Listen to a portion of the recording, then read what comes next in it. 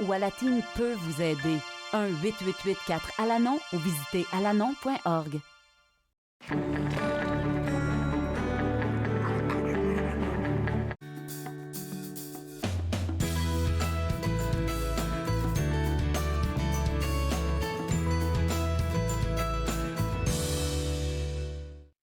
Bonjour et bienvenue à Entre nous exclusivement sur les ondes de TV Rogers. Je suis Claude Andrea Boni. Je me ferai un réel plaisir de passer la prochaine demi-heure avec vous. Aujourd'hui à l'émission, on va parler avec un chercheur de l'Institut du savoir Montfort, Monsieur Martin Lauzier, et avec lui, il sera question de télétravail en temps de pandémie et comment cela affecte et les organisations et les employés. Je vais aussi m'entretenir avec une des participantes du programme 8. C'est un programme dont on a parlé à l'émission, je pense, à deux reprises. Et cette participante, elle va nous parler de son expérience personnelle. Et tout de suite, pour commencer, j'ai la chance de parler avec Sabaya, auteure, compositrice, interprète.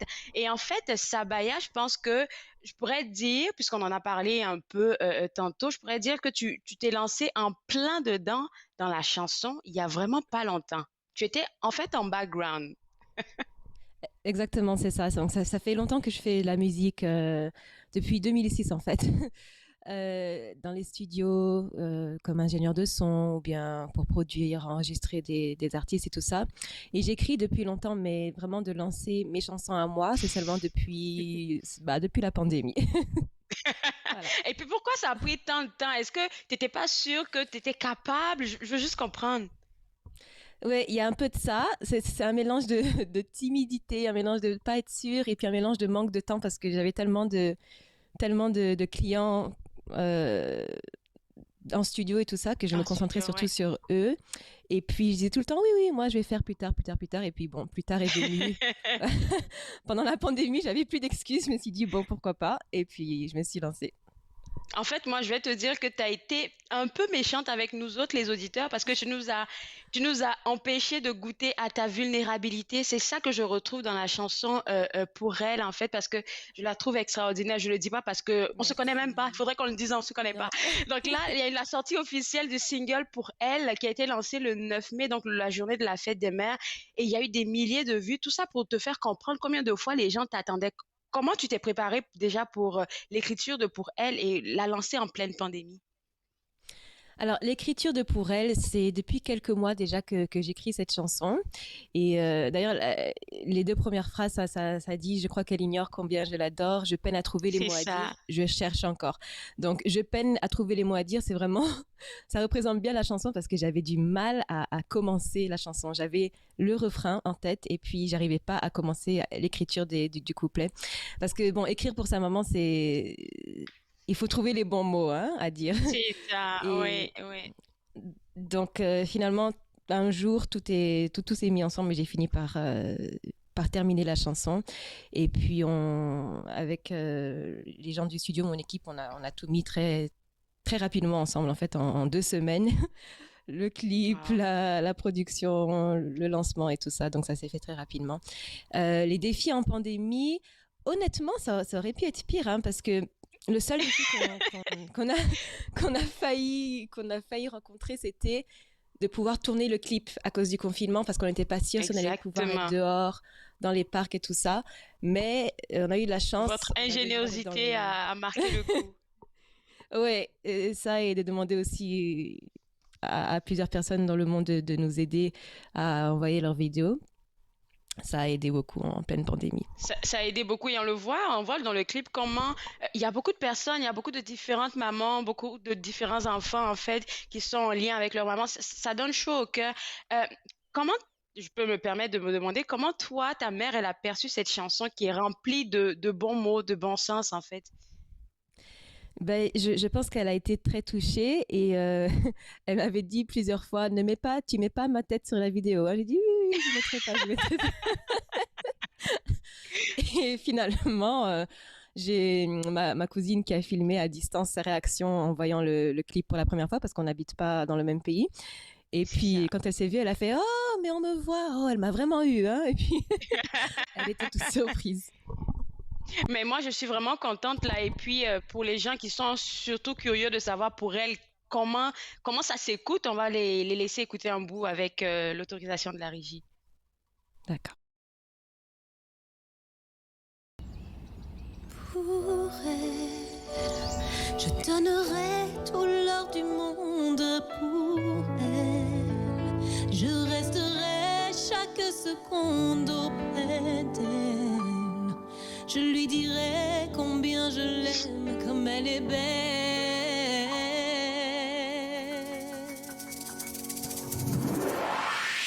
Je crois qu'elle ignore combien je l'adore. Je peine à trouver les mots à dire, je cherche encore un amour sincère, si pur, si réel, incomparable à toute autre chose sur terre. Je crois qu'elle ne sait pas tout ce qu'elle vaut pour moi. Vous l'appelez femme, Je l'appelle maman. Tu vois, Sabaya, je connais la chanson.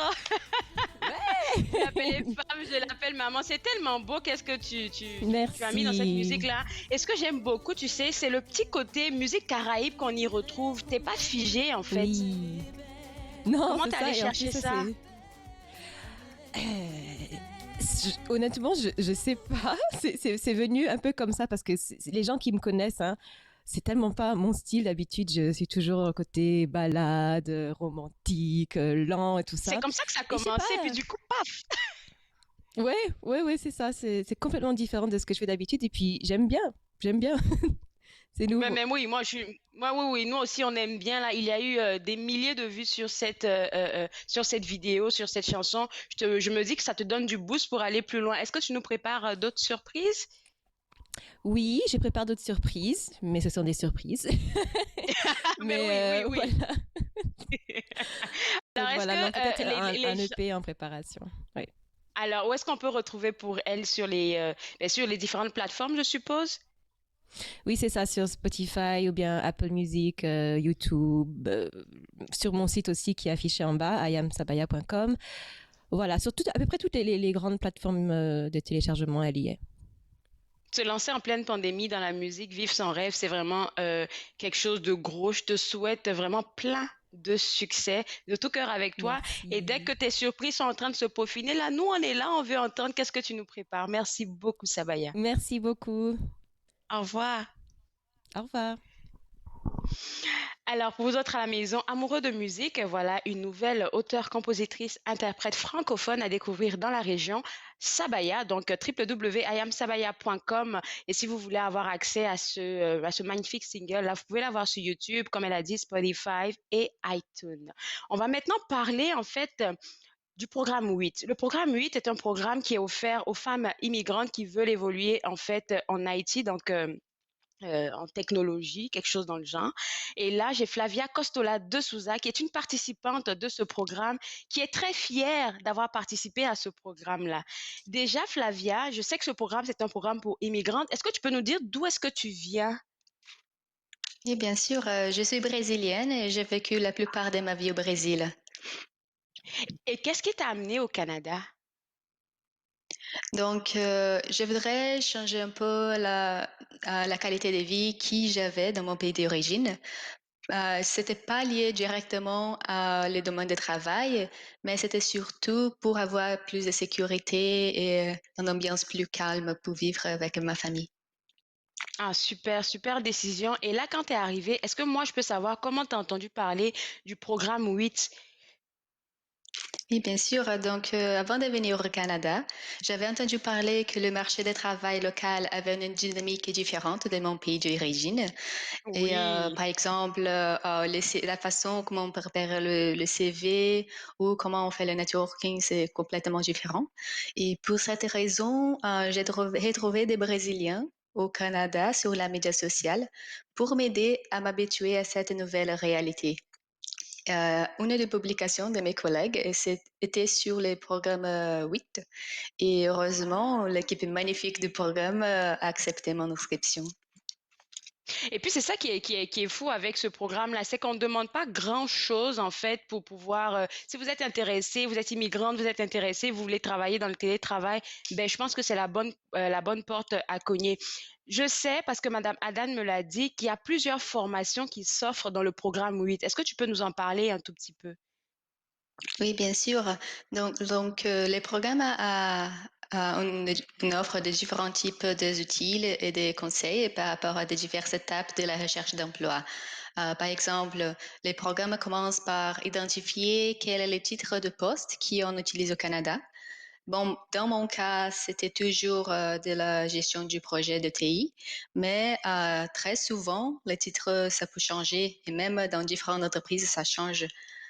Et un autre, bien sûr, on avait des autres sessions au 8 qui étaient clés pendant notre entraînement, comme comment adapter le CV au descriptif de l'offre, Oui, ça là. l'importance d'élargir les réseaux aussi, comment faire du réseautage ou Du bon networking. réseautage, oui, c'est ça. Oui, pour aider de la valeur à de nouvelles connexions.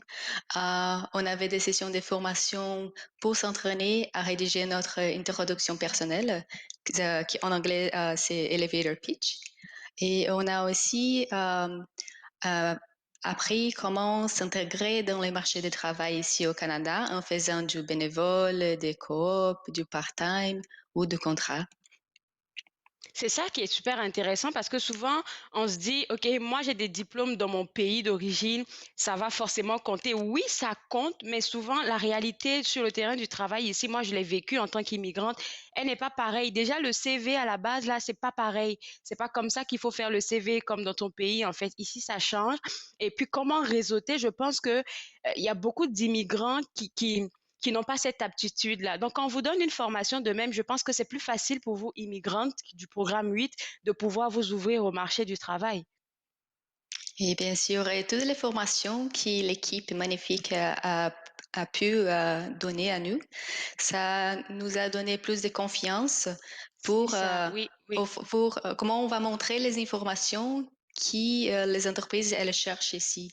C'est pas une question d'un interprète préparé, mais comment les marchés ils expectent qu'on a montré ces informations. Exactement. Et j'ai aimé aussi, avec Madame Haddad, elle m'a mentionné le fait que, puisque la plupart du temps, surtout en période de pandémie, pardon, les gens recherchent des gens qui travaillent de la maison. Donc vous, on vous apprend aussi dans les différentes formations à gérer le travail à la maison et la famille en même temps, parce que vous travaillez de la maison. Donc ça aussi, je trouve que c'est super important. Oui, c'est ça. Et les programmes avant de la pandémie avaient une structure complètement différente.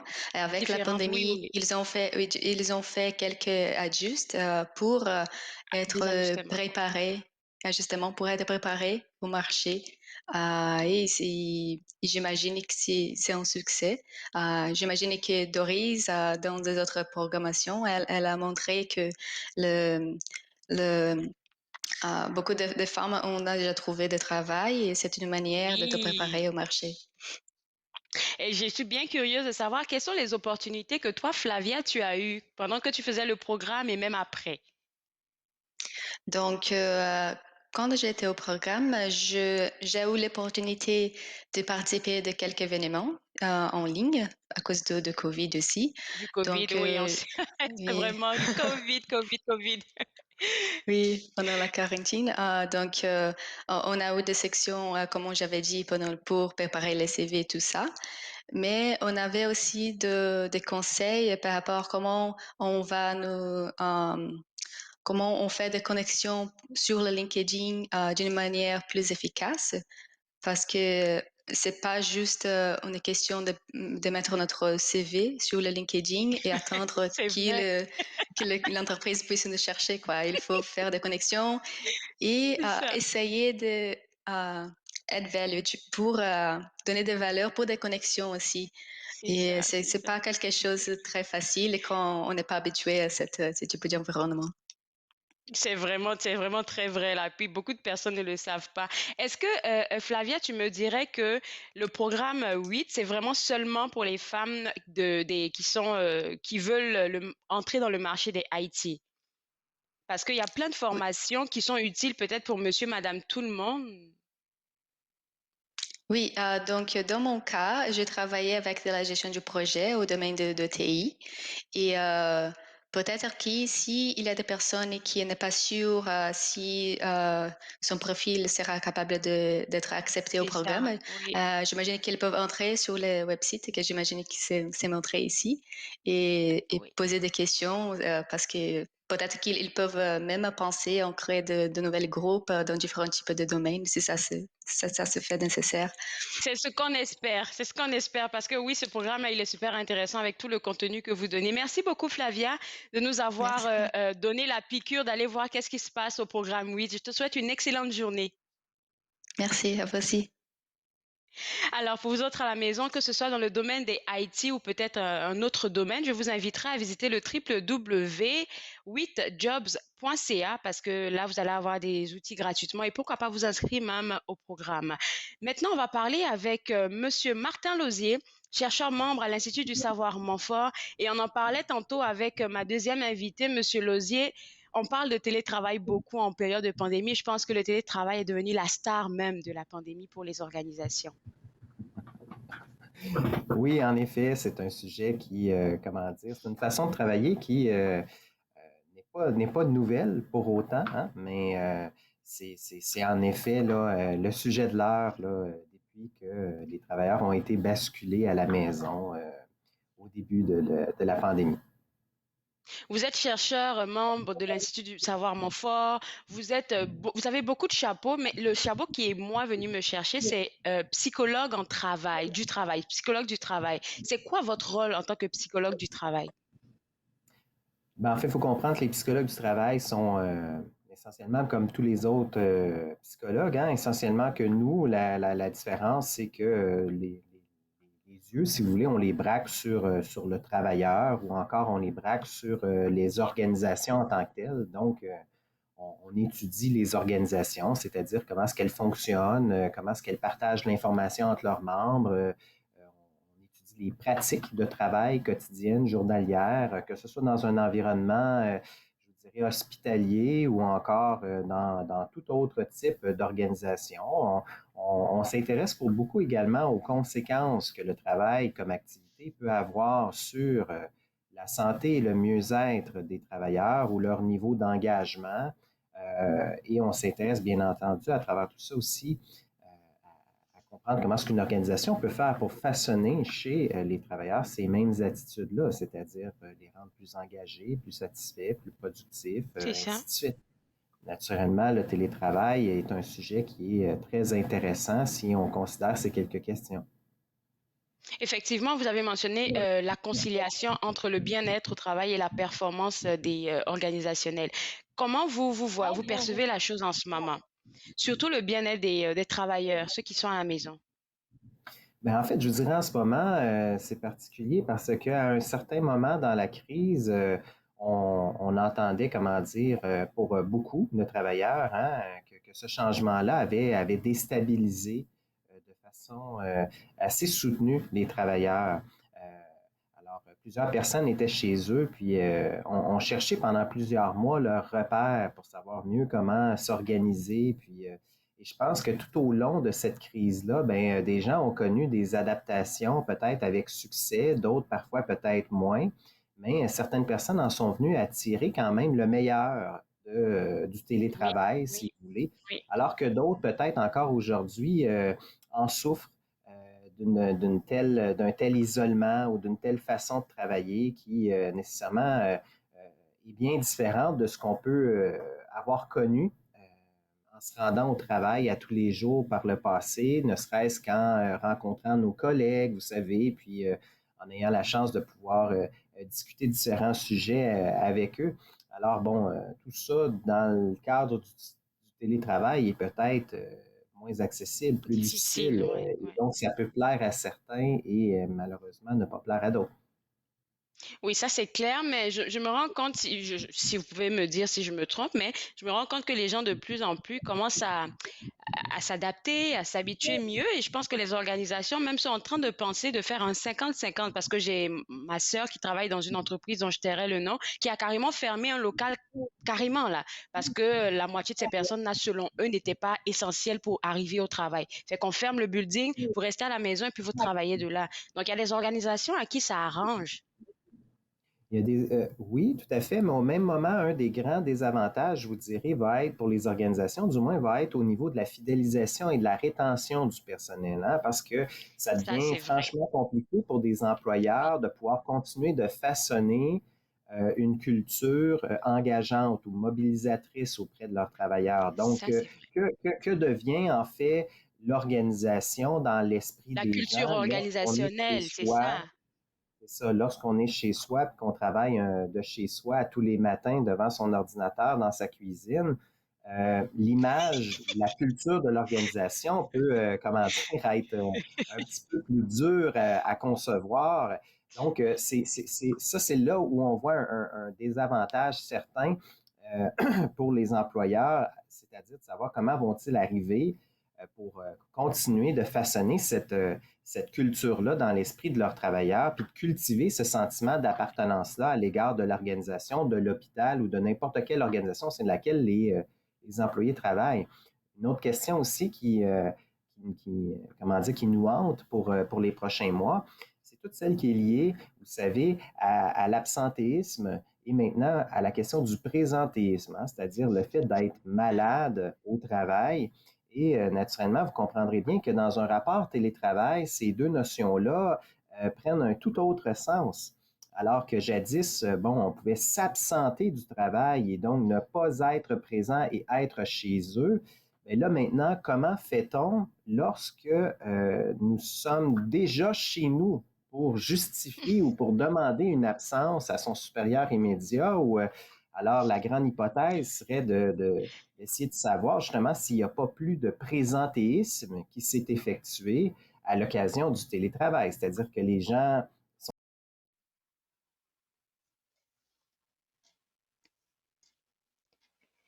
Alors, je pense que c'était ça ma prochaine question avec Monsieur Lozier avant qu'il revienne, parce qu'on se rend compte que le présentéisme, en fait, je pense que c'est ça le gros problème des employés, parce qu'ils ont envie d'en faire plus, plus, plus. Et là, quand c'est comme ça crée de gros problèmes. Je ne sais pas si la régie a Monsieur Lozier. Oui, j'étais en train de mentionner ce que vous êtes en train de dire là. J'étais en train de renchérir là-dessus en disant que je pense que le présentéisme est vraiment le mal dans la cheville des employés. Pourquoi je le dis? Parce que quand ils sont à la maison, ils travaillent de la maison. J'ai l'impression qu'ils se disent qu'on n'en fait pas assez.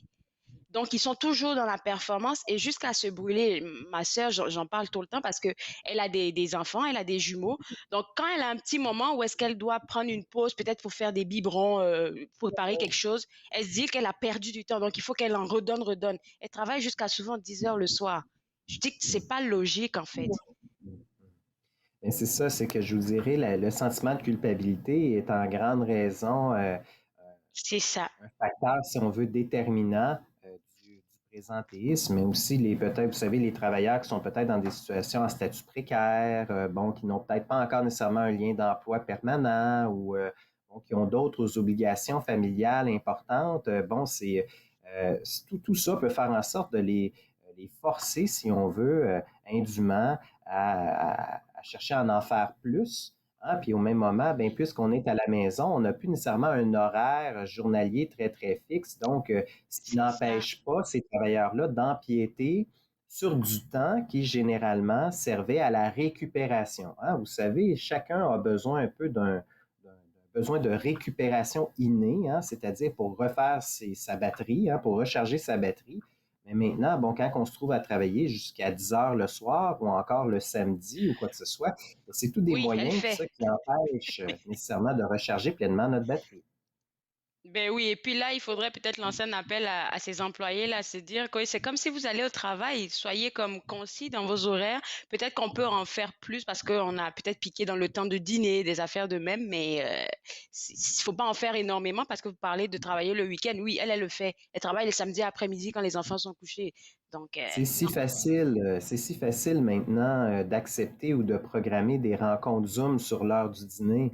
Euh, je veux dire, bon, ça se fait pratiquement seul maintenant. C'est quasiment une habitude maintenant que les gens prennent. Bon, une rencontre, aussitôt qu'elle implique plusieurs personnes, qu'elle est un peu difficile à planifier, ben, on sait que tout le monde a probablement la plage du dîner de libre. Alors, on s'invite ou on s'impose insidieusement dans l'agenda de nos collègues sur cette heure-là et on ne se rend pas compte que jadis, c'était un moment pour nous pour sortir à l'extérieur, pour aller prendre une marche, pour pouvoir refaire encore une fois nos forces et se préparer à l'après-midi qui venait. Donc, oui, en effet, en ce moment, on est un petit peu nos pires ennemis là, par rapport à tout ça. Très d'accord avec vous, Monsieur Lauzier. Là, vous menez actuellement une étude sur le télétravail. Est-ce que vous pouvez nous en parler davantage? Et puis, je pense qu'on a le lien même pour ceux qui veulent y participer. Et naturellement, cette semaine, on ouvre, le second questionnaire que les gens peuvent compléter sur ce même projet de recherche-là. Il suffit à se rendre sur la page qu'on voit à l'écran. J'imagine que l'adresse vous sera fournie. En cliquant sur le bandeau que vous voyez, vous devriez avoir un accès direct à ce questionnaire-là. Et le questionnaire, en fait, traite de toutes sortes de facteurs qui sont susceptibles d'influencer l'expérience du télétravailleur, que ce soit son niveau d'engagement ou encore la perception qu'il perçoit de l'organisation, les ressources qui lui sont fournies, la satisfaction qu'il a des rencontres même virtuelles avec ses collègues. Maintenant, vous savez, où tout le monde est dans un petit carré autour de l'écran, etc. Bon. Alors, on mesure tous ces facteurs-là et on essaie d'évaluer leur impact nécessairement sur différentes dimensions de la santé et du mieux-être des travailleurs, mais aussi, par exemple, sur les perceptions que les employés ont par rapport à la possibilité pour eux d'être promus éventuellement ou d'avoir une carrière même au sein. Est-ce qu'on peut confirmer ensemble que c'est monsieur, madame, tout le monde qui peuvent participer à ce questionnaire-là? C'est monsieur et madame tout le monde. Bien entendu que ces gens-là occupent présentement un emploi et que l'emploi a été basculé à la maison en raison de la présente pandémie. Alors oui, en effet, tout le monde peut compléter ce questionnaire-là. Je pense que c'est très important de le faire.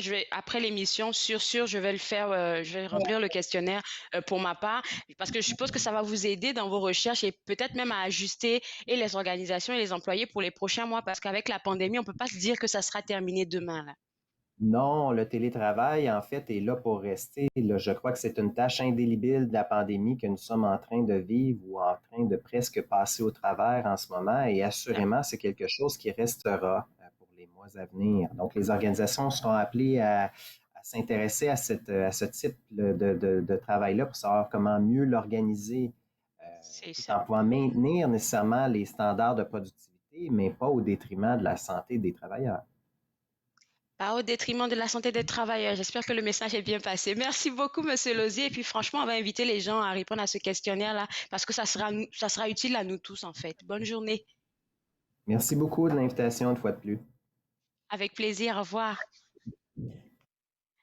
Alors, pour vous autres à la maison, pour répondre à ce questionnaire-là qui va aider vos organisations, en fait, à avoir des outils pour vous aider dans le télétravail, www.uco.ca/serpico. Donc, le site web apparaît à l'écran. Vous allez juste là-bas, vous cliquez sur le lien pour participer au sondage. Je suis sûre que ça va vous aider et ça va nous aider. Je me suis fait le plaisir de passer cette demi-heure avec vous. On sera de retour demain à partir de 11h. Et là, on va parler avec l'auteur Michel Vinet pour l'écriture de son roman intitulé Le Mal-aimant. Je vais aussi avoir la chance de parler avec Véronique Sylvain, auteure qui est aussi heureuse récipiendaire du prix Champlain. On se voit demain à 11h. Au revoir.